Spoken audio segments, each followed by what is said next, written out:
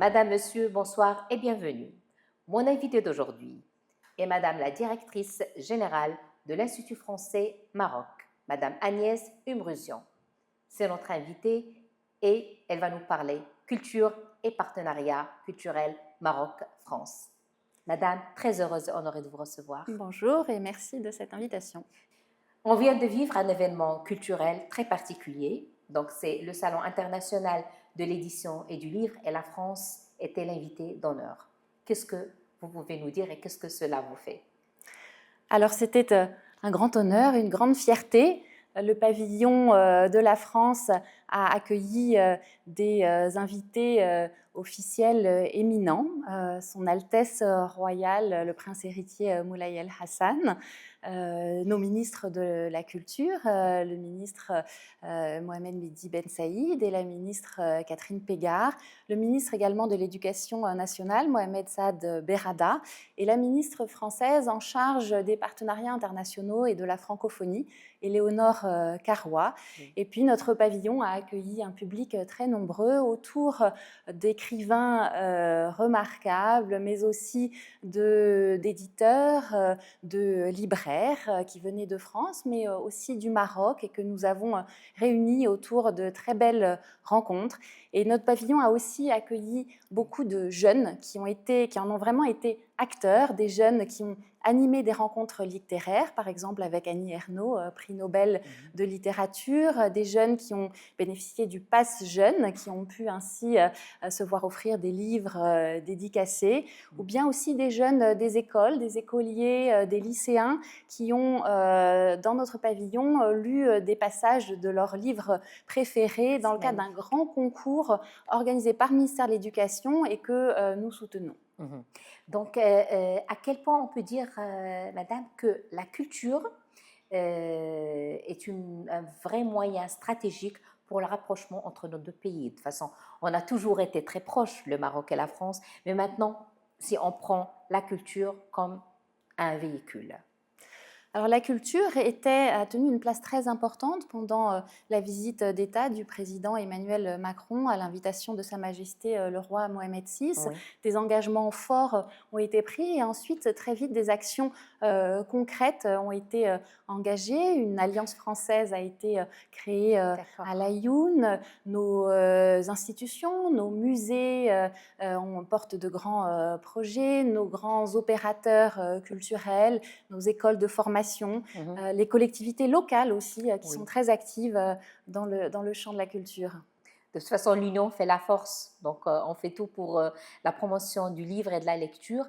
En parlant justement de la promotion du livre et de la lecture, quel est le rôle justement que jouent les instituts français ici au Maroc? Parce qu'il y en a de plus en plus, il y en a partout.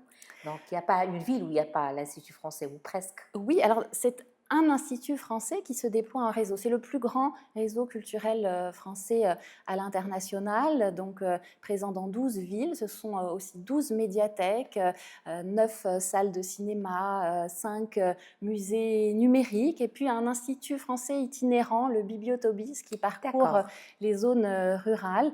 Et ce sont des lieux que nous faisons évoluer, que nous renouvelons. Nous avons inauguré il y a quelques mois notre nouvel institut à Tanger. L'an dernier, c'était à Fès. Nous allons lancer bientôt des travaux à Oujda pour accueillir encore mieux nos publics. Et ce réseau, il a vraiment deux missions très fortes. Oui. Une mission vers le grand public, donc pour contribuer à l'accès à la culture et au savoir pour tous. Et puis une mission qui est plus vers les professionnels, pour contribuer à rapprocher les scènes culturelles et éducatives entre le Maroc et la France. Donc, vous nous avez parlé, Madame, justement, d'activités qui se font soit au sein des instituts, sinon il y a des caravanes qui se déplacent, bien sûr, pour voir les gens, notamment les jeunes, dans leur milieu. Comment vous faites pour construire cette programmation et l'adapter au Maroc, aux jeunes Marocains, à leurs besoins et surtout à leurs centres d'intérêt? Oui, c'est une très bonne question. Alors, on a la chance de pouvoir s'appuyer sur nos équipes, des équipes magnifiques qui sont sur tout le territoire. Ce Oui. sont des responsables culturels, des médiathécaires, Mhm. des responsables de communication qui connaissent très très bien les publics, les territoires et surtout les partenaires, parce que cette programmation, nous ne la portons pas seuls, nous la portons avec des partenaires qui nous accueillent dans leur lieu, Oui. qui nous aident à organiser des activités de médiation, à faire venir les publics qui seront les plus pertinents, les plus intéressés pour rencontrer tel réalisateur, Et puis tel qui savent un peu les auteur, besoins. qui savent les besoins. Et Oui. on est aussi toujours dans cette volonté de proposer une grande diversité d'offres pour que chacun puisse trouver son bonheur, que ce soit la musique, du théâtre, du cinéma, mais avec toujours cette exigence de qualité, de proposer avec une excellence artistique dans les événements que nous proposons. Parfois aussi essayer de surprendre, de ne pas toujours Oui. être là où on nous attend,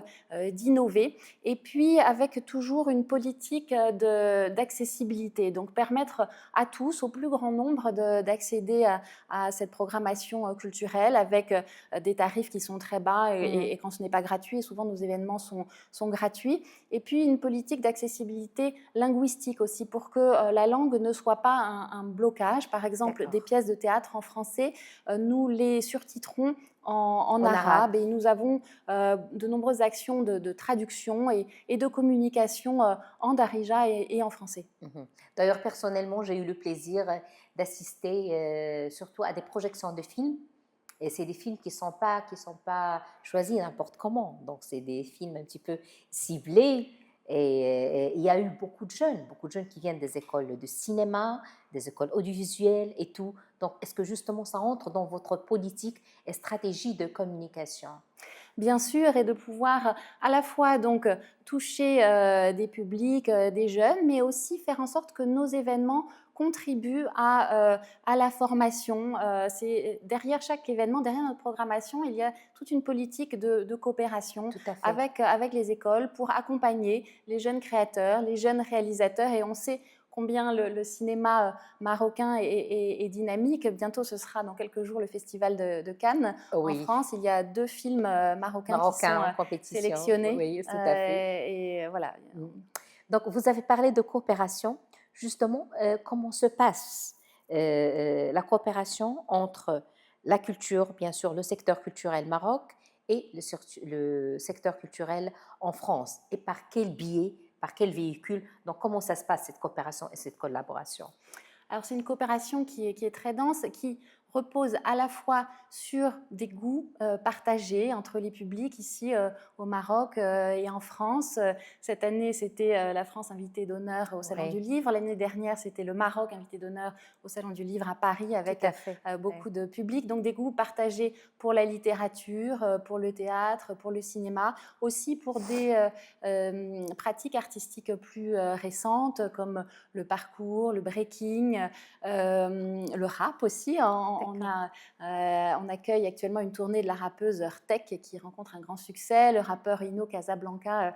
également. Donc voilà, une proximité de goût des publics et puis une proximité des scènes culturelles hein, qui sont très proches, intimes, qui peuvent de part et d'autre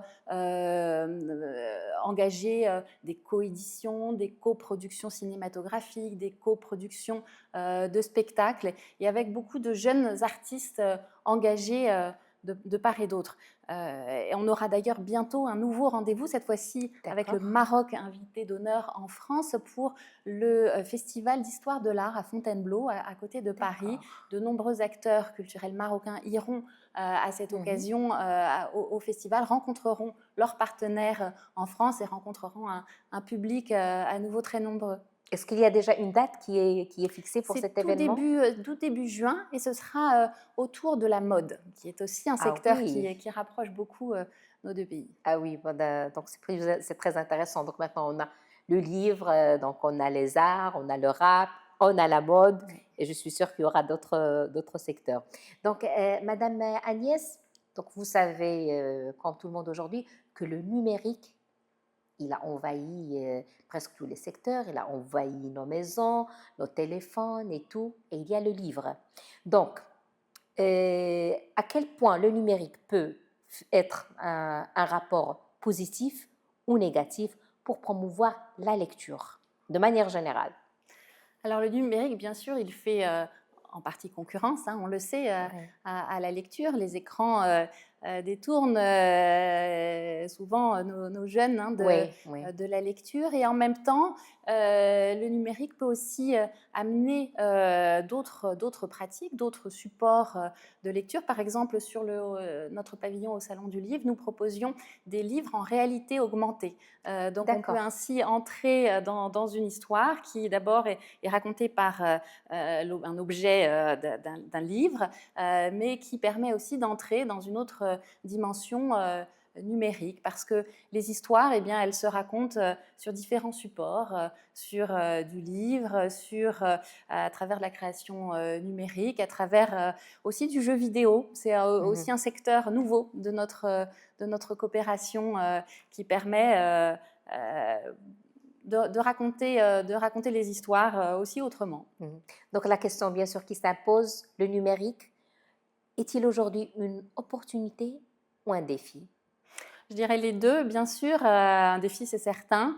Une opportunité, c'est le pari que nous faisons à l'Institut français, Oui. avec un engagement fort sur le numérique. Chaque année, un grand rendez-vous en novembre avec beaucoup de créations numériques. Je vous parlais de nos musées numériques. C'est aussi un outil pour rendre la culture Mhm, et le livre sous d'autres formes accessibles à un plus grand nombre. mhm. Donc de votre position, Madame la directrice générale, qu'est-ce que vous pensez du secteur culturel ici au Maroc? Alors, c'est un secteur qui remplit vraiment d'admiration à travers les nombreux talents dans toutes les disciplines Mhm, artistiques, et puis un secteur qui est en pleine effervescence et structuration aussi. Ça, c'est une dimension peut-être nouvelle de notre mhm, coopération ces dernières années avec le Maroc, cette prise de conscience de l'importance de la culture comme industrie et comme secteur économique à part entière. Et donc, les industries culturelles sont vraiment au cœur aujourd'hui de notre coopération culturelle. mhm. Maintenant, si on parlait des rôles, vraiment des rôles, le principal rôle que jouent les instituts français au Maroc, c'est-à-dire tous les jours.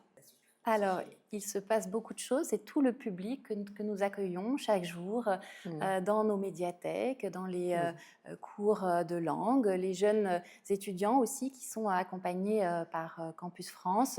oui. Ce sont tous les événements culturels, les rencontres. On a une programmation culturelle qui se décline de septembre à juillet, chaque année avec un thème. Cette année, elle est dédiée à la jeunesse. Elle s'intitule Gillium, qui est un jeu de mots sur, Gillium. voilà, Agi et Ah, Lium, Gillium, le et puis Gilles Agial, d'aujourd'hui. Oui. Alium, les générations d'aujourd'hui. Donc, Euh, Gillium. voilà, donc OK. on a ce thème de la jeunesse. L'année dernière, c'était sur le vivant, l'écologie.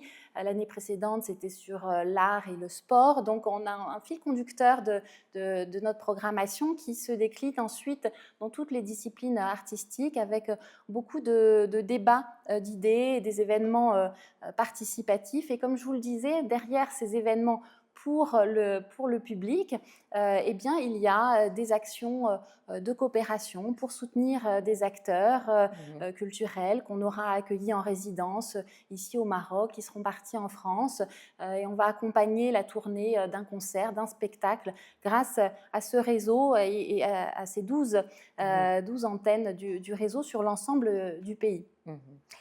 Et trouvez-vous que le livre papier court un danger? Alors, je crois qu'encore aujourd'hui, les pratiques de lecture se font essentiellement sur le papier. Donc, Mhm, cet objet du livre, il est encore bien présent. Et d'ailleurs, il était au cœur du pavillon de la France au Salon international du oui, livre. On a fait beaucoup justement. d'activités avec les enfants, y compris pour le plus jeune âge, Il y avait des des activités. ateliers? Il y avait Ah, il y des avait plusieurs ateliers avec ateliers, du oui, pliage, coloriage, enfin, toute la manipulation autour du livre, oui. avec un atelier aussi bébé lecteur, parce que le goût, le plaisir du livre, y compris de manipuler les livres, et il se développe dès le plus jeune âge. Mhm. Si on parlait justement de l'atelier bébé lecteur, parce que ça m'a intrigué un peu, donc c'est de quel âge à quel âge? Alors, bébé lecteur, c'est vraiment les tout Tout petit. petits, mais on avait aussi beaucoup d'activités pour des publics un peu plus grands et toujours en lien avec des écoles, des associations, pour aller Mhm. chercher des publics peut-être plus éloignés du livre et de la culture. Mhm. Donc, un événement comme le ciel, qu'est-ce que vous en pensez? L'organisation, les auteurs, les noms qui sont là, les conférences et tout. Donc, de votre position, qu'est-ce que vous en pensez? C'est un formidable événement, c'est devenu un rendez-vous extrêmement attendu par tous les amoureux de la littérature au Maroc, en France, à l'échelle du continent et du monde arabe aussi. Mhm. C'est aussi un événement important pour les professionnels du secteur du livre, hein, pour les maisons d'édition, les libraires. Il y a de nombreuses rencontres qui se font autour du salon du livre et entre les acteurs du livre en France et au Maroc pour porter ensemble encore davantage de projets, notamment sur les enjeux de formation, mais surtout les grands enjeux et les Mhm. besoins du secteur. Vous venez de parler de métier du livre, c'est-à-dire les acteurs du métier du Oui. livre, donc qui vont bien sûr de l'auteur jusqu'à jusqu'à la distribution. Donc c'est une chaîne. Il y a aussi les petits libraires. Oui. Oui, parce que le Maroc, il est connu par les petits libraires, les petits kiosques et tout. Donc, est-ce qu'ils sont impliqués justement dans cette politique? C'est très important aussi, c'est cette proximité, parce que la librairie, c'est un acteur culturel Oui. local qui anime la vie du quartier. Donc, Mhm. tout ce qui peut encourager la proximité avec les lecteurs, amener le livre jusqu'au lecteur. Mhm. C'est aussi des initiatives que nous prenons, par exemple, dans l'Oriental, nous organisons D'accord.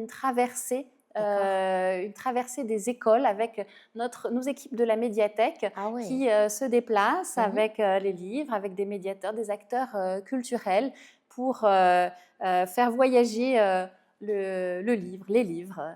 En parlant de voyage, donc bien sûr la thématique de cette année, c'est Ibn Ouais. Battuta. Voilà. Donc, est-ce que justement la thématique, elle est présente au sein du stand de la France invitée de cette année et de quelle manière? Alors, on a beaucoup voyagé, euh, bien sûr, entre le Maroc et la France, à l'échelle du continent aussi, parce que nous avions des acteurs éditoriaux du continent africain qui étaient présents. Oui. Donc le voyage et la circulation des livres, des auteurs a été tout à fait au cœur de notre programmation et c'est une magnifique thématique pour cette édition du Salon du Livre. Mhm. Concernant le public, donc au quotidien, on voyait des vagues et des vagues de public. Donc, est-ce que les jeunes étaient plus ou moins assez présents et assez intéressés par les livres qui sont présents, que ce soit dans votre stand ou bien dans les autres stands? Donc, le rapport, est-ce que vraiment il y a un rapport, je dirais, d'amour entre les jeunes et la lecture?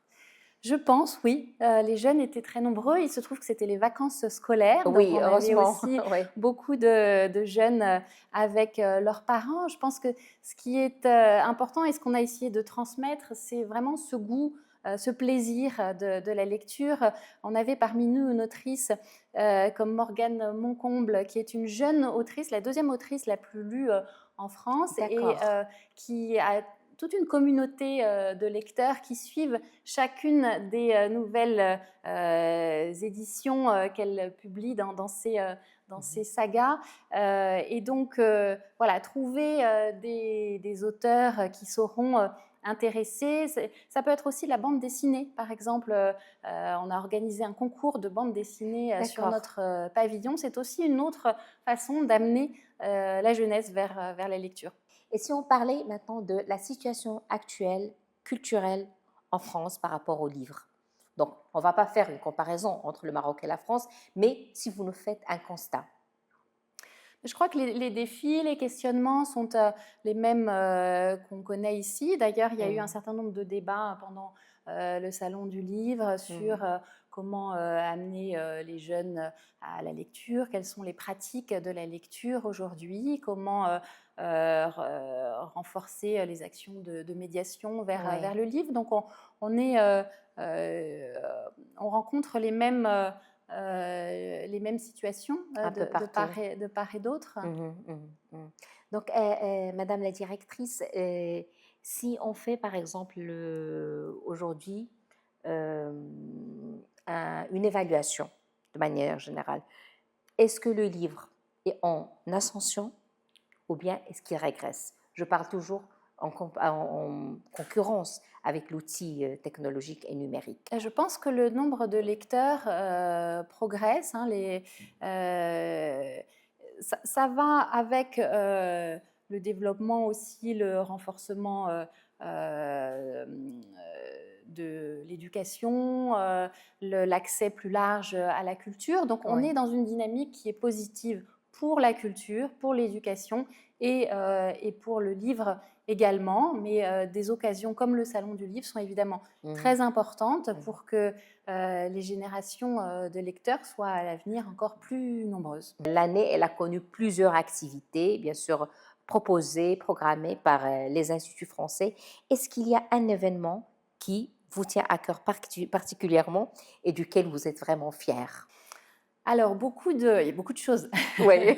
Beaucoup de choses. Je vous parlais du jeu vidéo. Il y a une grande actualité parce que dans quelques D'accord? jours, ce sera le prochain Morocco Gaming Expo, le prochain salon du jeu Tout à vidéo fait, oui. marocain, sera la 3e édition. Mhm. Et nous avons, lors de la première édition, donc il y a 2 ans, proposé au ministère de la Jeunesse, de la Culture Ouais. et de la Communication un partenariat pour accompagner cette politique marocaine de renforcement d'un écosystème du jeu vidéo. Donc nous avons été chercher, mobiliser les meilleurs partenaires en France et tout a été ensuite très vite, début 2025, un premier programme avec une partie de formation, une partie d'incubation de D'accord. start-up a été lancé. Quelques mois après, un premier studio de jeux vidéo français s'est installé au Maroc. Et là, début 2026, le ministère a pérennisé le dispositif avec la 2e édition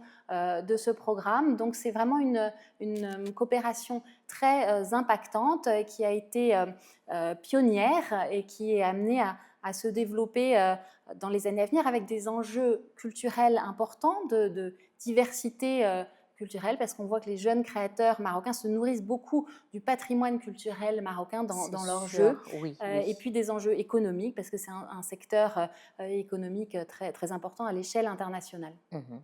Donc, Madame Agnès Umrusian, si vous avez un message à passer pour les générations à venir concernant le livre, la culture, la lecture, qu'est-ce que vous avez à leur dire? Si vous pouvez regarder la caméra et leur passer un message. Eh bien, on pourrait reprendre peut-être cette belle citation de Marcel Proust qui figurait sur le pavillon de la France au Salon international de l'édition et du livre.